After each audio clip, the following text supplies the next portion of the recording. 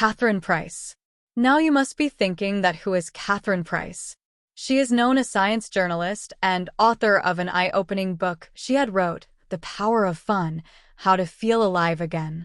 So, wasting our more time, let's start with the speech of Catherine Price.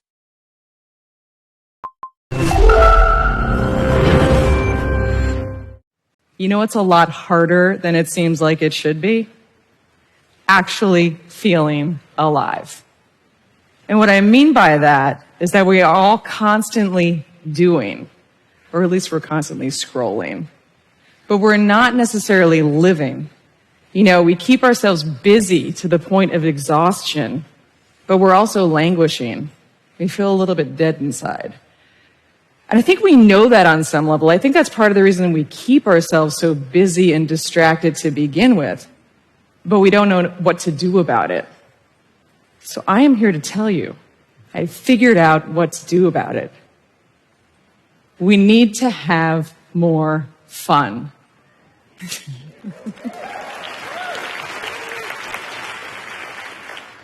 So you might think that you're already having plenty of fun, and that's because in our everyday speech, we often use the word fun to describe anything we do with our leisure time, even if it's not actually enjoyable and in fact a waste of time. So for example, we scroll through social media for fun, even though doing so often makes us feel bad about kind of everything.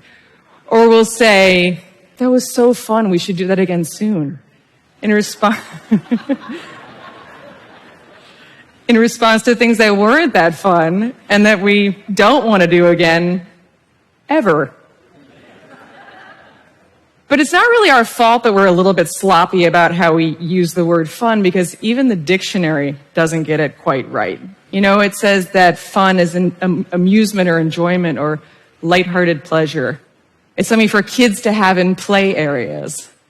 It makes it sound like it's frivolous and optional. But if you think back on your own memories that stand out to you as having truly been fun, and I really encourage you to do this, you know, the memories that you would describe as, and forgive me for our scientific terminology, so fun, you're going to notice that there's something much deeper going on. I've collected thousands of these stories from people all around the world, and I can tell you it's amazing, because when people recount the memories in which they had the most fun, they tell you about some of the most joyful and treasured memories of their lives. So in reality, fun is not just lighthearted pleasure. It's not just for kids, and it is definitely not frivolous. Instead, fun is the secret to feeling alive. So today, I want to propose to you a new, more precise definition of what fun is. I want to reveal some of the ways in which it is astonishingly good for us, and I want to give you all some suggestions for things you can do, starting right now, to experience its power for yourself. So the first thing we need to start with is the fact that fun is a feeling, and it's not an activity. And that's important because a lot of times when I ask people what's fun, they'll respond with a list of activities that they enjoy. You know, they'll say dancing is fun, or skiing is fun, or, I don't know, pickleball is fun. Everyone seems to think that pickleball is fun. And sure, pickleball can be fun, but we've all had experiences where something's off and an activity that seems like it would be fun doesn't end up feeling fun. And then on the flip side, we've had experiences where something that doesn't seem like it would be fun at all ends up feeling ridiculously fun. There's an element of serendipity. But when people do have fun, when they experience this feeling, it's actually very easy to recognize, because people who are having fun look like they're being illuminated from within. So for example, here's me and my husband having fun together. Here are some presidents having fun together.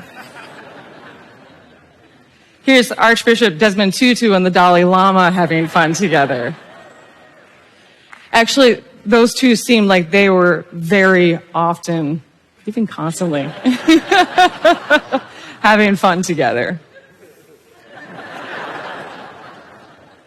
And as you can see in these photographs, true fun produces this visceral sense of lightness and joy. It's radiant. In fact, when I asked my daughter when she was about 5 years old what color fun would be, she said sunshine.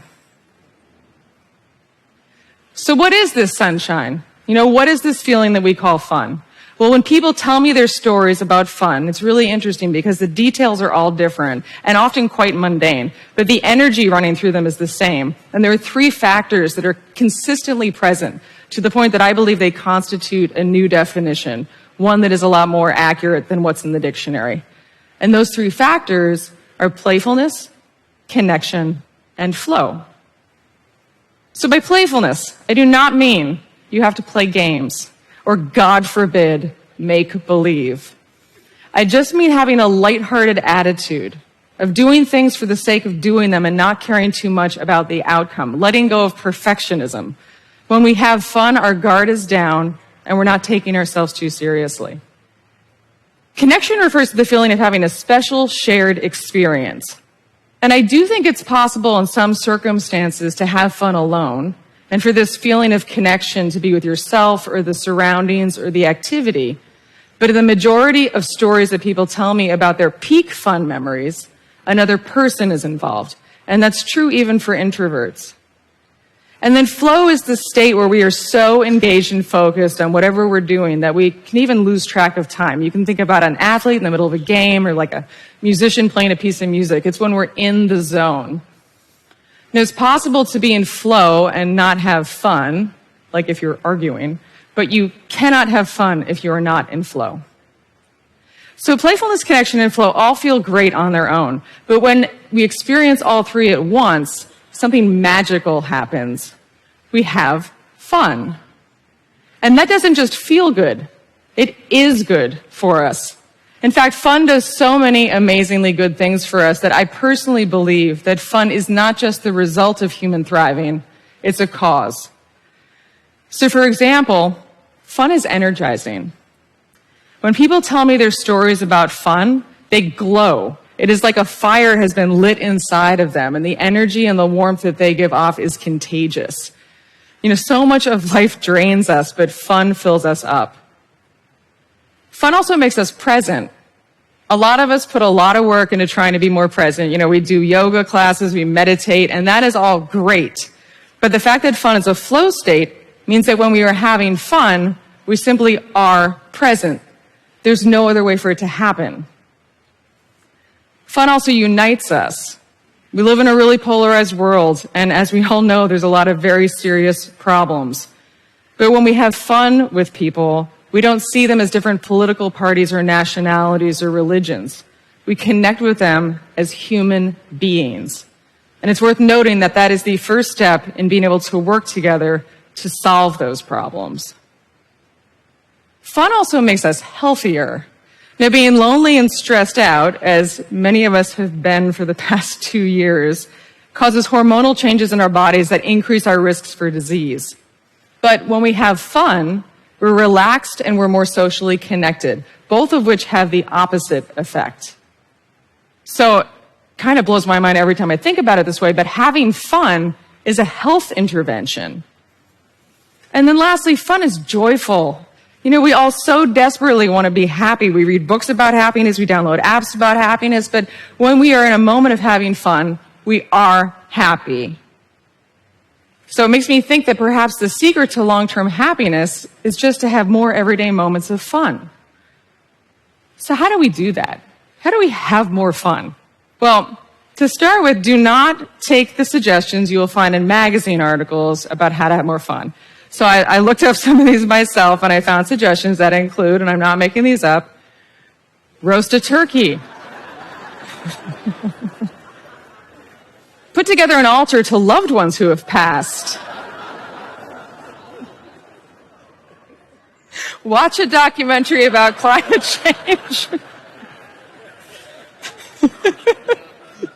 And my personal favorite, adorn your table with gourds.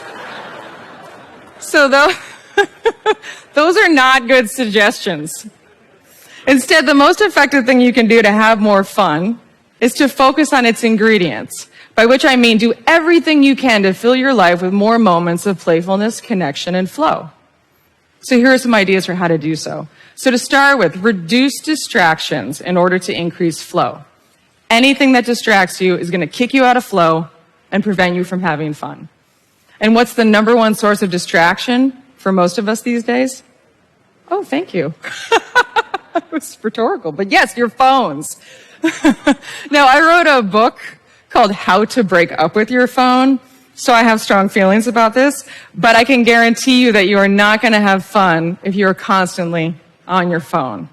So today I want to challenge you to keep your phone out of your hand as much as possible so that you can take me up on my second suggestion, which is to increase connection by interacting more with other human beings in real life. Now, I know that one of the main reasons we're constantly on our phones is specifically to avoid having to spend time and interact with other human beings in real life. So I want to assure you that it is worth it, and it is not as hard as it might seem. So here's how you do it. You start by making eye contact with someone. Like, look them in the eye. Don't look like in the middle of their forehead where the camera would be on a Zoom call. All right? And you say hello. And if that goes well, you can introduce yourself. And if that goes well, maybe you can ask them a question, maybe something that's like thought-provoking but not overly personal or threatening. Something like, what's something that fascinates you? Or what's one thing that delighted you today? And you might be amazed by how good just one little moment of connection can make you feel. And if you do find someone to connect with, maybe ask them to join you in trying my third suggestion, which is to increase playfulness by finding opportunities to rebel. Now, I am not talking about James Dean level rebellion. I'm talking about playful deviance. I'm talking about finding ways to break the rules of responsible adulthood and give yourself permission to get a kick out of your own life. So, for example, one person told me that some of the most fun she'd had in recent memory happened on a Friday morning when she and some of her friends ditched their work and their childcare responsibilities, tucked flasks into their purses, and snuck out to a 10:30 a.m. showing of the movie Bad Moms. So, lastly, here's one more thing that you can do today to start having more fun. I am just kidding. Prioritize it. That might sound totally obvious, but one of the main reasons we're not having enough fun is that we're not making it a priority. You know, our fun is always at the bottom of the list, and it can't speak up for itself. So I'm not suggesting that you take out your calendar and make an entry that says from 4 to 6 p.m. on Saturday, I shall have fun. That is a guaranteed way to not have fun. But if you know you consistently have fun when you spend time with a particular person, make a point to spend time with that person. If you know there's an activity that really does often generate playful, connected flow for you, carve out time for it in your schedule. Treat fun as if it is important, because it is. I've been doing this myself for a couple of years now, and it's amazing to see how many areas of my life fun has touched. You know, I'm more creative and more productive. I'm more resilient. I laugh more. Making sure that I am having enough fun has made me a better partner, and better parent, and a better friend. And it has convinced me of something that I very much hope I can convince you of as well, which is that my daughter was right. Fun is sunshine. It's a distillation of life's energy. And the more often we experience it, the more we will feel like we're actually alive. Thank you.